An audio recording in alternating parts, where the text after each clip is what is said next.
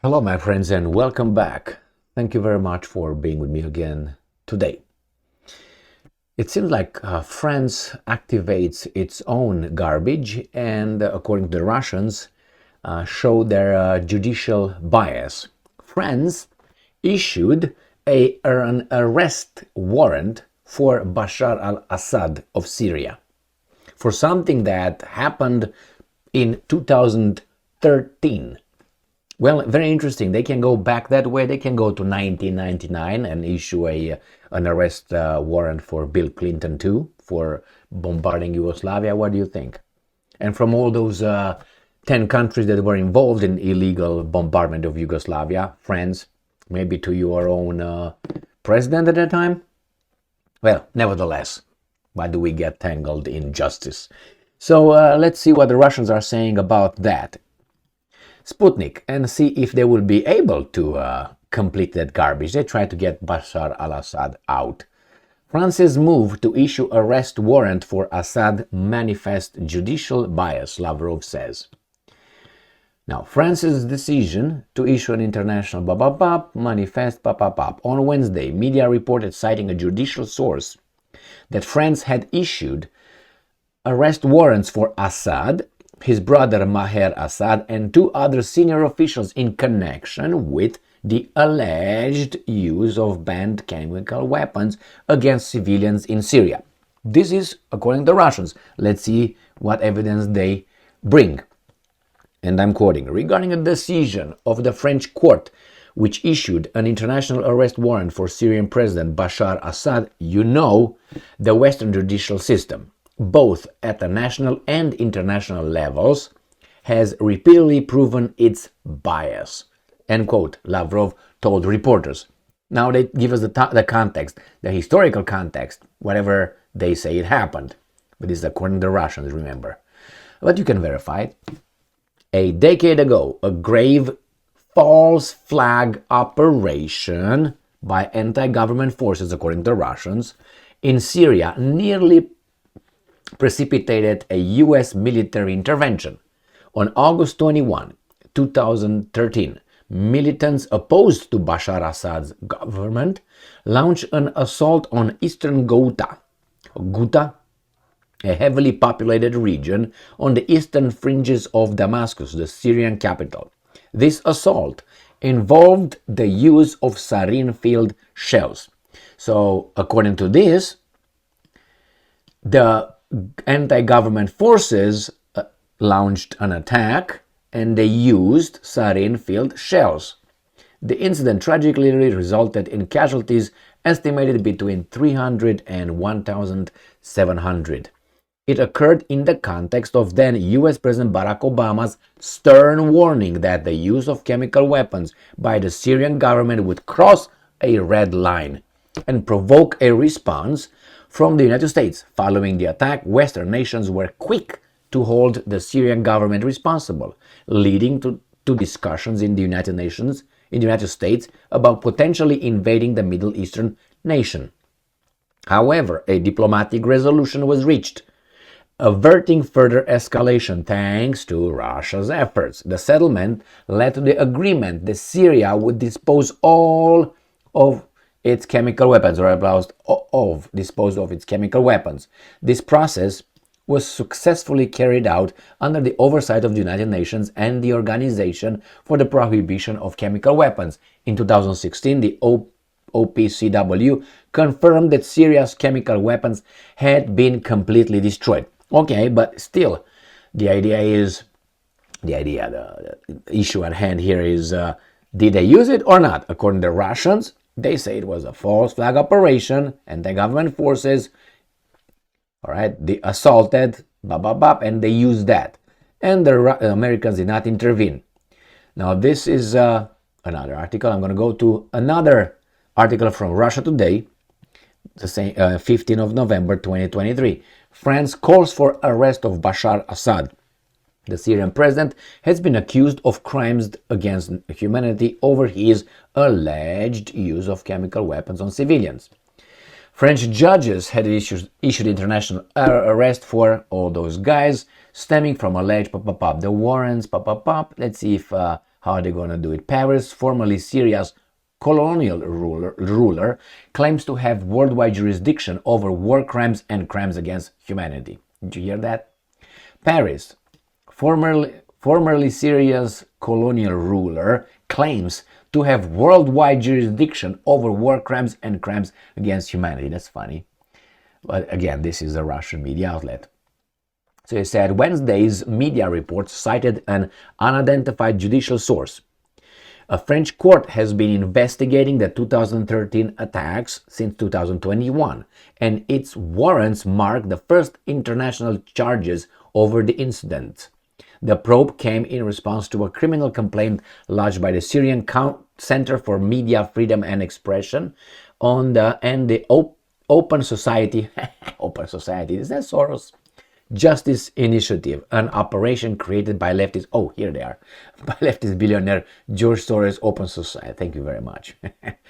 All right, so it says, called this Mazen Darwish, SCM president, called in warrants, I'm quoting, a new victory for the victims, their families, and their survivors, as well as a step on the path to justice and sustainable peace in Syria. Yeah, because if these guys come to power, it's going to be sustainable peace, like in Iraq or Afghanistan and in Libya, like the United States brought. Assad has repeatedly denied Western accusations that he used sarin gas and other chemical weapons on his own people. Now they tell us about all this thing. John Kerry, pressed by reporters on how Damascus could avoid such a response, he replied that Assad would have to turn over all his chemical weapons. Well, no such solutions were offered when the Syrian government was again accused of chemical weapons attacks in 2017 and 2018. The US launched missile strikes against Syria government targets in response, assisted by French and UK forces. Whistleblowers later alleged that the Organization for the Prohibition of Chemical Weapons doctored a report that was used after the facto to justify the West's 2018 missile attacks.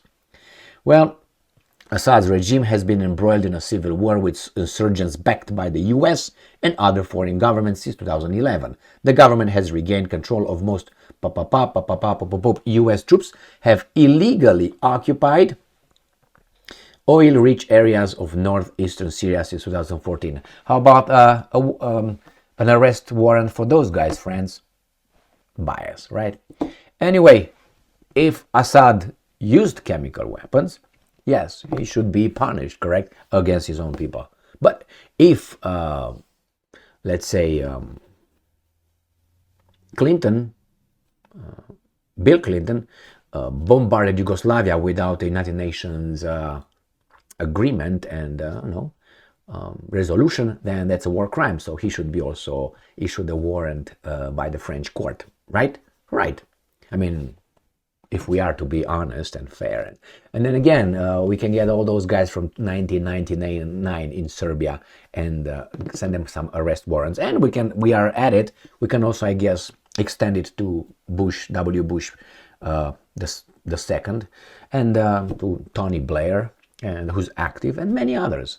But we don't do that. Why? Because we're going to arrest the wrong people. So that's why when you hear these kind of things and say, yes, Bashar al-Assad should be punished if he did that, so should be these guys. But since it's not like that, I'm assuming Bashar is going to show them the middle finger, and the Russians will say, yeah, what are you going to do about it, friends? Well.